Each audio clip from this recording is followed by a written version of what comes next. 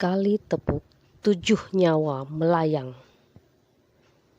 Di sebuah desa di lereng gunung, tinggallah seorang penjahit. Helmut namanya. Helmut sangat miskin. Bila tak ada orang yang menjahitkan pakaian kepadanya, ia tidak bisa makan. Pada suatu hari, Helmut asyik menjahit sebuah sabuk. Begitu asyiknya, Helmut sampai lupa pada sepiring nasi yang baru dibelinya.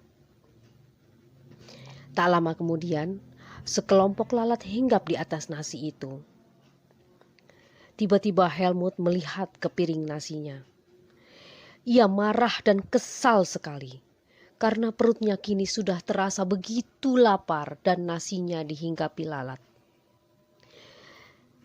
Ia bangkit lalu diambilnya secari kain dan memukul lalat itu sampai mati.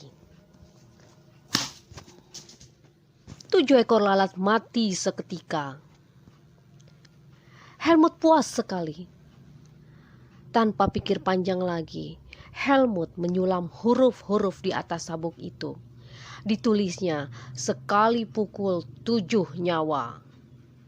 Indah sekali hasil sulaman itu. Helmut merasa menjadi orang kuat karena sanggup mematikan 7 ekor lalat sekali tepuk. Kemudian Helmut merencanakan akan mengembara mencari pengalaman. Ingin sekali menunjukkan kepada orang-orang bahwa dia orang yang hebat. Pada suatu hari, sampailah Helmut di istana. Karena lelah berjalan berhari-hari, Helmut jatuh tertidur di halaman istana. Beberapa orang datang melihat Helmut yang tidur nyenyak. Mereka terkejut membaca tulisan, sekali tepuk 7 nyawa. Pasti ini orang besar dan patut dihormati, kata seseorang.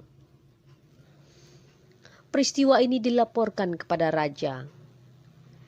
Helmut dibangunkan oleh orang-orang itu dan diantar menghadap raja. Raja bersabda, "Helmut, tolonglah kerajaan ini. Ada 2 raksasa yang selalu mengganggu ketentraman. Mereka sering merampok dan membunuh. Kalau kau berhasil, akan kuangkat menjadi menantu, dan sebagian kerajaan ini kuserahkan kepadamu." "Baiklah, Baginda yang mulia, hamba akan melaksanakan perintah," sembah Helmut. Helmut minta diri, hatinya tetap gembira seperti biasa. Meskipun mendapat tugas yang amat berat. Kemudian Helmut mengumpulkan batu-batu kecil dan dimasukkan ke dalam tas. Sampai di tengah hutan, ia melihat 2 raksasa sedang tidur amat nyenyak.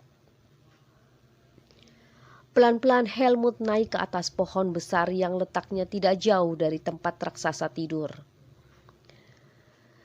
Satu demi satu batu kerikil itu dilemparnya ke arah raksasa yang sedang tidur itu. Raksasa terbangun dan terkejut.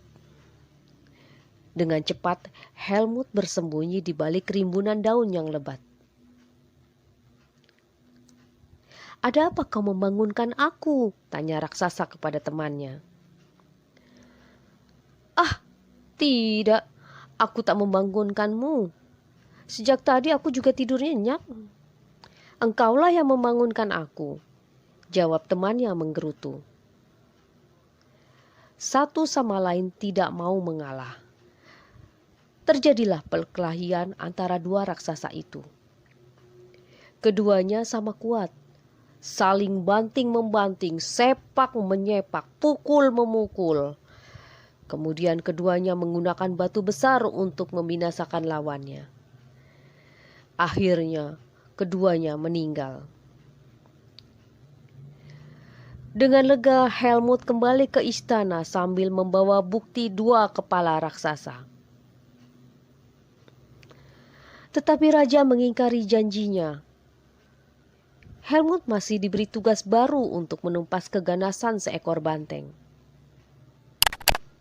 Helmut menerima tugas itu dan berangkat lagi masuk ke hutan. Belum begitu jauh Helmut berada di hutan, tiba-tiba terdengar suara gemuruh dari arah selatan. Dari jauh nampak seekor banteng menuju ke arahnya. Karena terkejut, Helmut lari. Helmut bingung sekali. Tanpa berpikir lagi, Helmut bersembunyi di balik sebuah pohon besar. Tapi malang, banteng itu sempat melihat Helmut.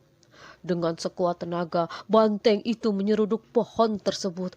Ah! Tanduk banteng yang tertancap kuat di batang pohon itu. Dengan sekuat tenaga, banteng berusaha melepaskan tanduknya dari pohon, tetapi gagal. Lama setelah itu, Helmut baru berani meringkus banteng yang telah lelah. Banteng itu kemudian dihadapkan kepada raja.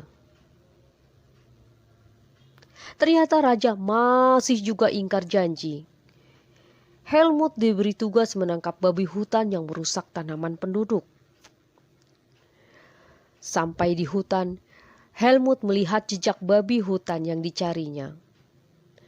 Tiba-tiba muncullah babi itu yang memang sudah siap menyerangnya. Helmut bersembunyi di belakang kapel, lalu lari melalui pintu belakang. Babi hutan itu mengejar Helmut masuk ke dalam kapel. Dengan cepat Helmut menguncinya dari luar. Akhirnya babi hutan itu tidak dapat melarikan diri. Helmut berhasil melemparkan tombak melalui jendela dan tewaslah babi hutan itu. Dengan kalahnya babi hutan, raja baru mengakui keunggulan Helmut.